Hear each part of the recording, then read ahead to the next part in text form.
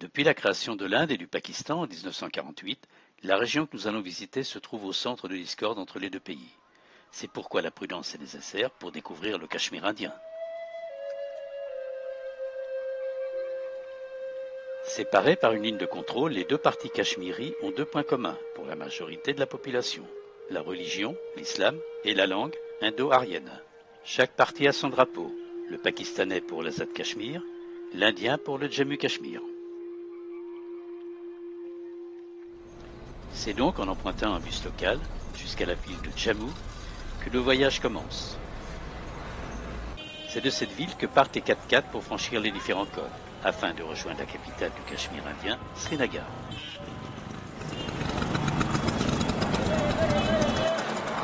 Bon alors c'est donc la Jeep que l'on va prendre pour partir à Srinagar. Ok.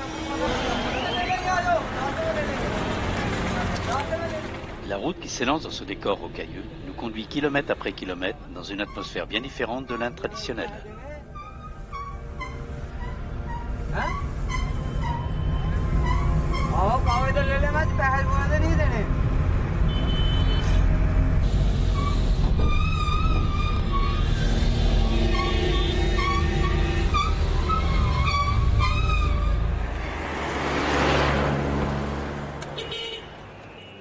Les arrêts permettent de s'approvisionner en nourriture ou en eau et de ressentir l'ambiance des lieux.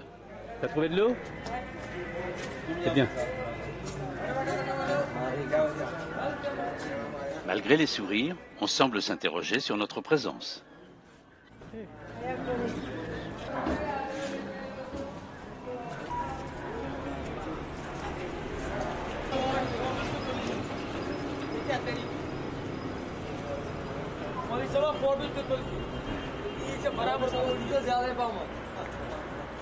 Après ces rencontres et quelques clichés effectués dans une ambiance détendue, nous reprenons la route pour rallier Srinagar.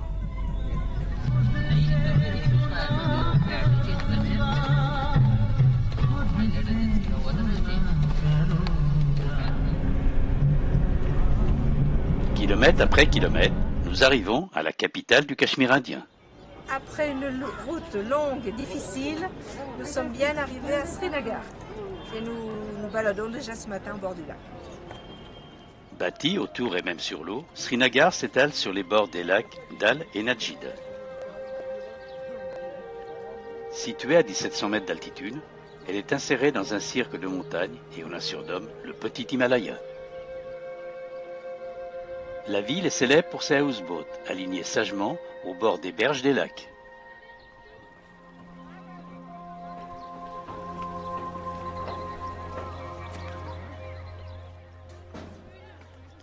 Ces houseboats sont effectivement les maisons d'une partie des habitants de la ville. Leur quotidien est identique aux autres cachemiris de Srinagar et vous pourrez facilement les côtoyer, leur gentillesse étant toute naturelle.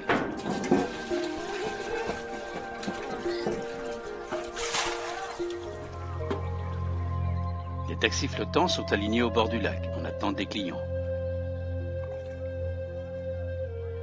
Quant au retour de l'école des enfants, il se fait tout naturellement en barque.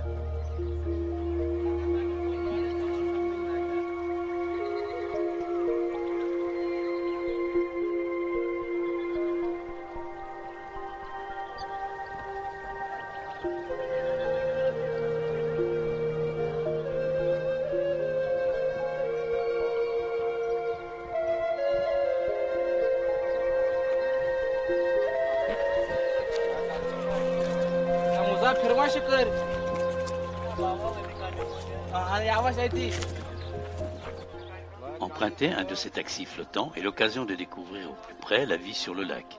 C'est donc tout naturellement que nous partons ainsi dans ce labyrinthe de canaux. On croise alors ces petites embarcations qui se déplacent au fil de l'eau.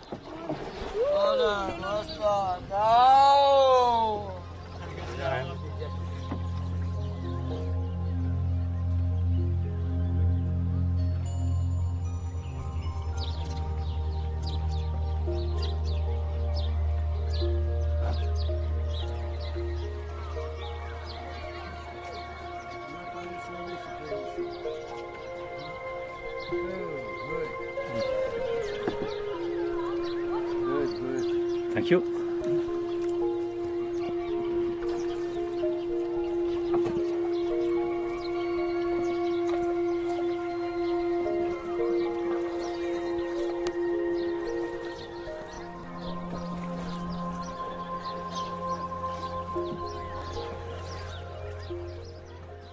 En sillonnant ces canaux, on croise d'autres embarcations transportant des touristes locaux ou des pays voisins.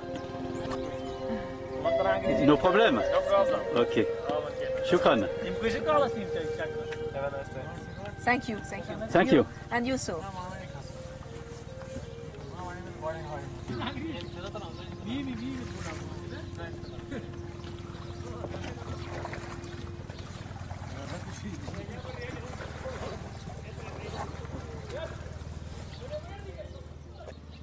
Sur le lac, toutes les activités se font en bas, comme en témoigne la rencontre avec ces femmes qui viennent de faire leurs emplettes.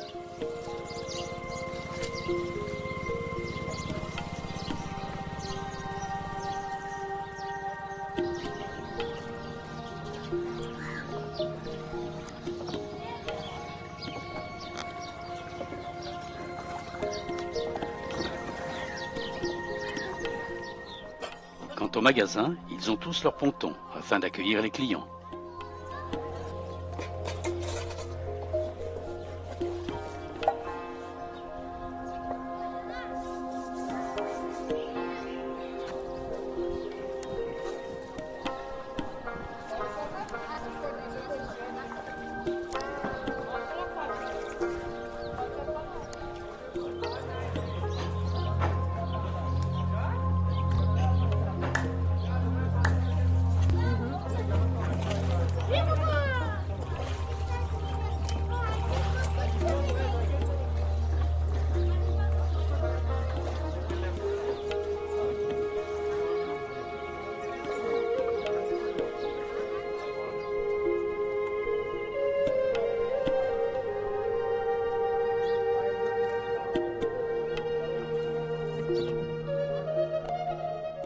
La promenade arrivant à son terme, on se retrouve aux abords de la ville de Srinagar.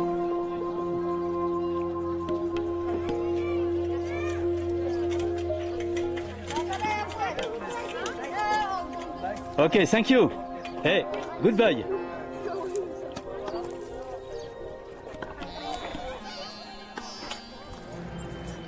Le moment est maintenant venu de nous baigner dans l'atmosphère de la ville. Bien différents du reste de la population indienne, les Cachemiris se revendiquent bien souvent plus pakistanais qu'indiens. Majoritairement musulmans, ils revendiquent leur attachement au Pakistan, ce qui provoque une perpétuelle tension avec les forces d'occupation indiennes. Plongeons-nous donc dans cette foule bigarrée.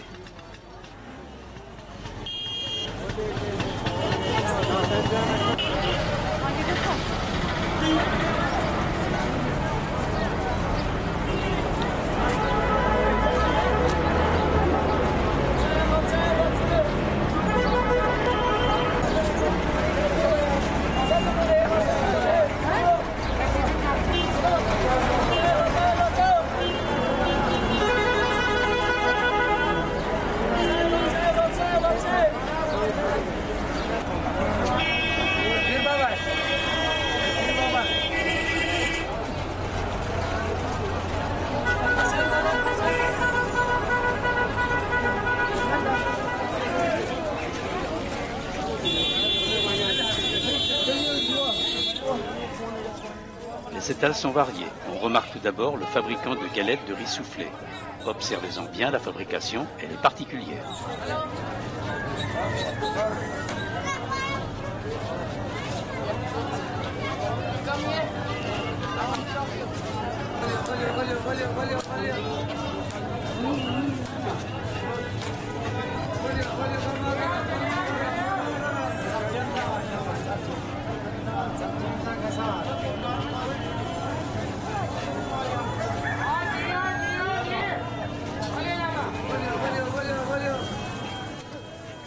Après avoir trempé la dite galette dans de l'huile bouillante, on mettra celle-ci à même l'étal.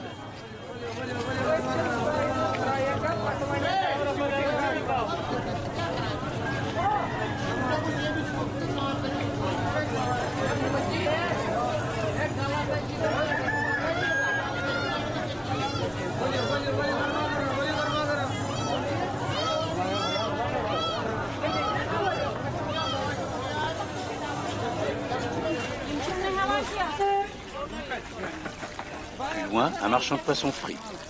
Ils ont été probablement pêchés dans le lac.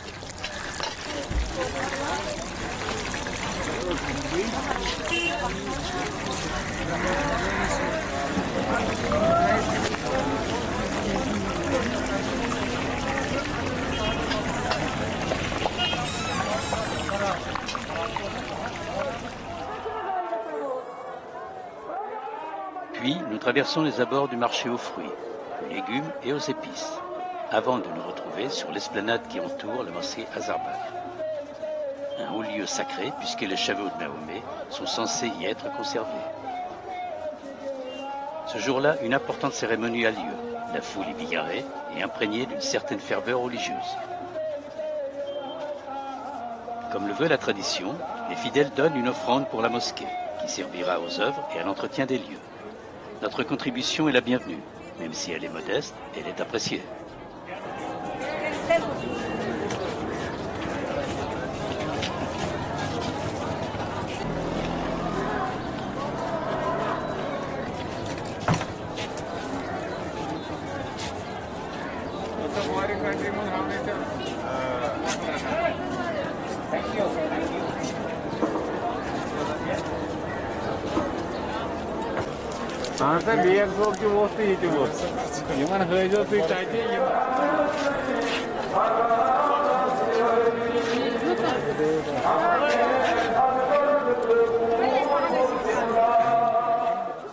Nous avançons au plus près de la mosquée, nous nous retrouvons au milieu des fidèles qui viennent prier devant un religieux influent, tout en écoutant des litanies. La ferveur est grande et il faut se montrer discret afin de ne pas choquer.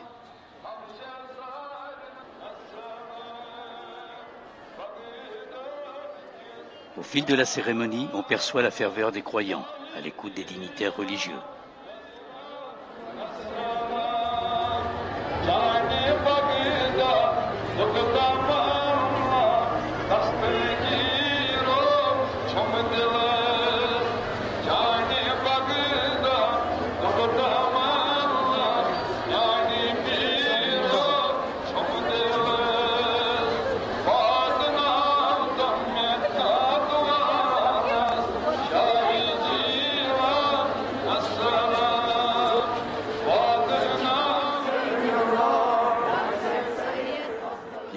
Continuant, on perçoit à ce moment de la cérémonie une toute autre intonation. La présence de femmes est plus homogène et l'intensité du verbe se modifie.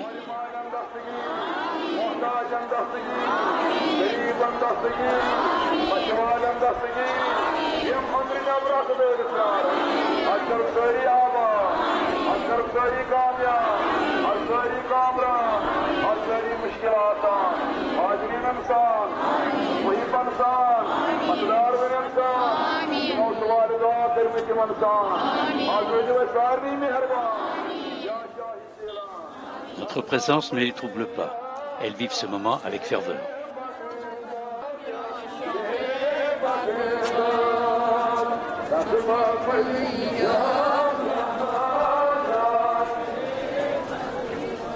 Souhaitant être au plus près du lieu saint, certaines d'entre elles caressent les panneaux en bois de la mosquée.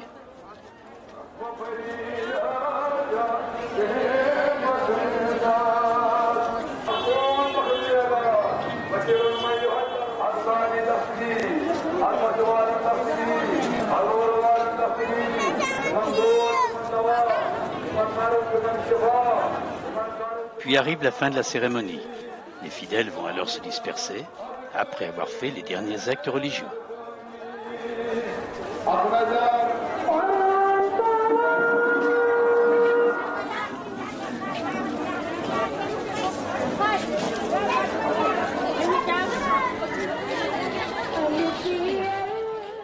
Pour moi, je changerai quelques mots avec ce Cachemiri avant de prendre la route vers une bourgade située non loin. Maintenant, nous allons à Shari Sharif, à 28 km, 28 km de Srinagar. D'accord.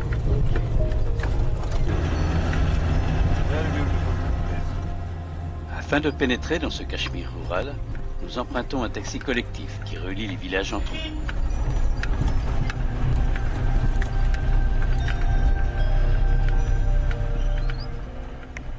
La route est chaotique et la traversée des villages permet d'en observer l'atmosphère.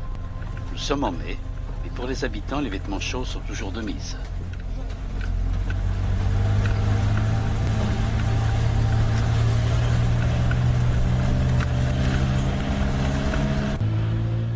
Shari Sarif apparaît alors. La bourgade est petite et à part la mosquée, que nous découvrons au loin, rien de particulier.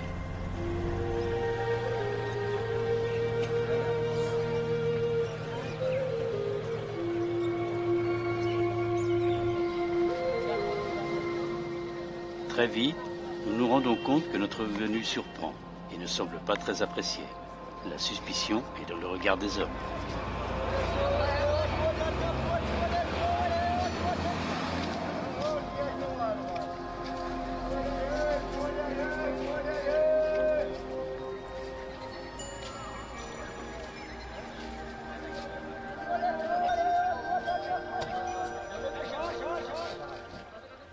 Nous nous attardons à Tari Sharif que très peu de temps et nous reprenons après une heure de découverte un 4x4 collectif.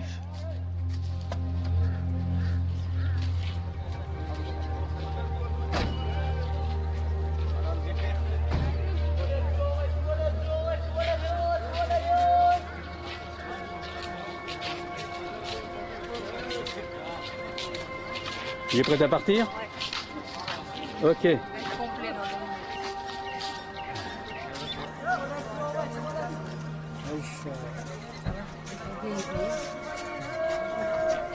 Allez, tu montes, Marie? Attends, je vais monter. La suspicion et l'étonnement passés, le sourire des occupants témoignent de leur gentillesse vis-à-vis de l'étranger. Baby.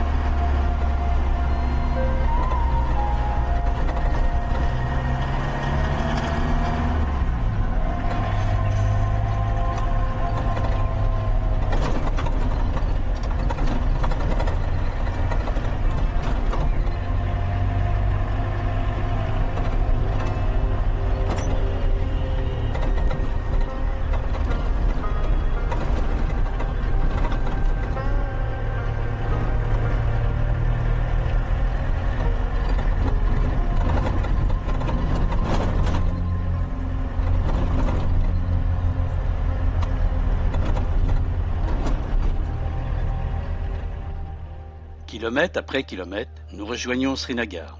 C'est alors un autre monument de la ville que nous allons découvrir.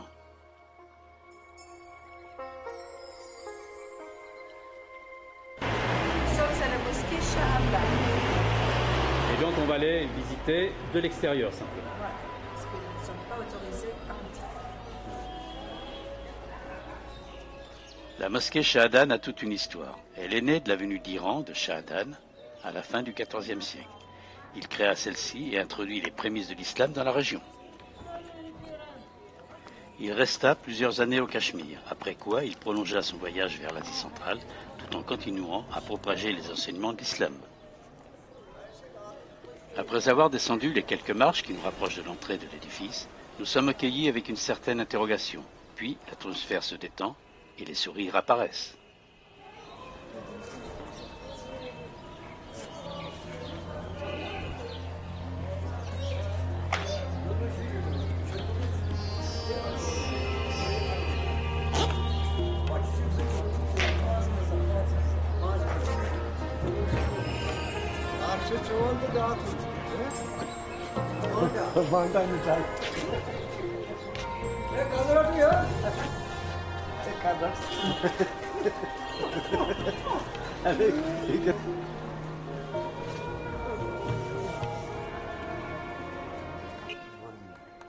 L'excellent travail de papier mâché reflète la grandeur et l'élégance du lieu. On peut alors admirer les peintures finement travaillées, qui en font la fierté des fidèles.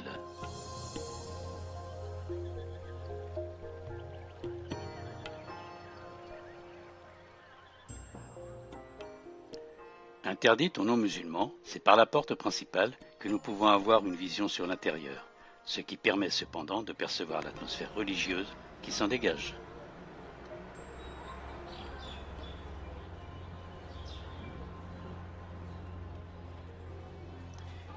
La mosquée est considérée comme unique en raison de son architecture faite de pièces de bois ajustées sans clous. Elle reflète le style persan, bien différent des mosquées chiites de l'actuel Iran.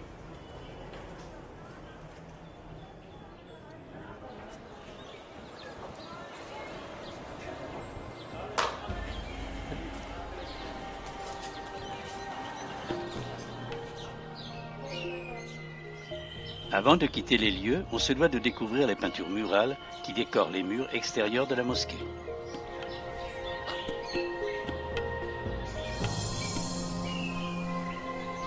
C'est une vraie femme d'ici, Marie.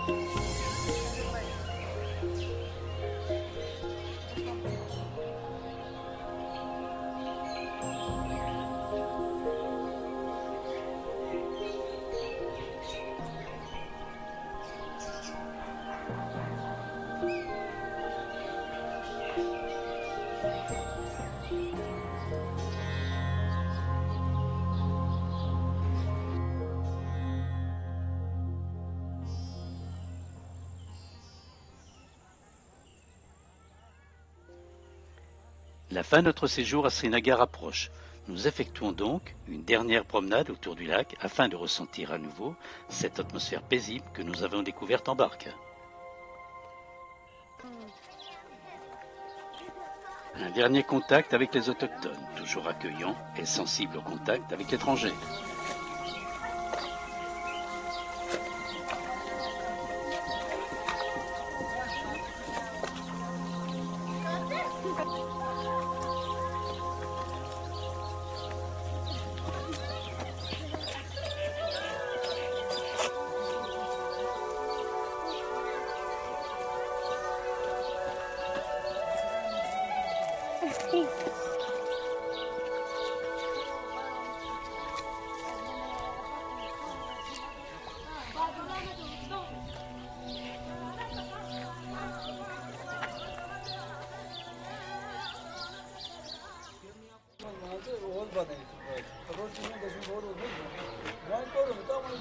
Bon, alors maintenant on a visité tout l'ensemble de Srinagar, on est allé sur le lac, et puis maintenant donc c'est terminé, on va aller vers une autre direction, d'autres visites, et certainement des Ramsala.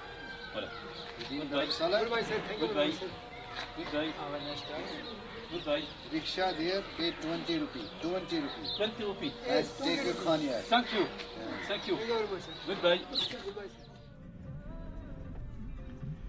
La route est donc reprise pour Jammu, la porte du Cachemire. L'impressionnante présence militaire témoigne des tensions qui existent, à tel point que depuis notre passage, le Cachemire indien est déconseillé aux touristes et même interdit à certains moments. Se renseigner donc avant de préparer son voyage. Le monde est devenu fou et malheureusement les tensions modifient les rapports humains. Traverser ces paysages grandioses et ces villages à l'atmosphère traditionnelle est un réel plaisir que l'on savoure kilomètre après kilomètre. Malheureusement, on perçoit toujours la répression avec la présence de ces militaires.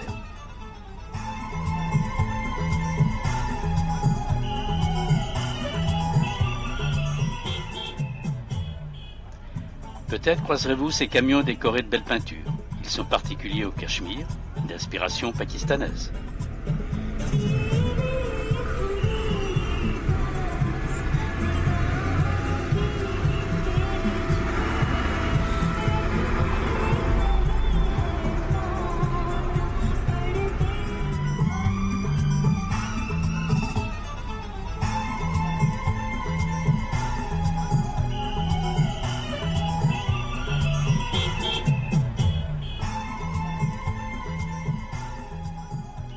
Et le voyage se termine dans cet Éden lointain, ce royaume mythique perdu dans la montagne. Un voyage qui nous a baignés dans une atmosphère ô combien lointaine, pour nous occidentaux. Reviendrons-nous au Cachemire, Inch'Allah, comme il est dit ici. Si vous avez aimé ce film, faites un petit clic pour vous abonner, c'est gratuit. Vous pourrez ainsi découvrir d'autres pays.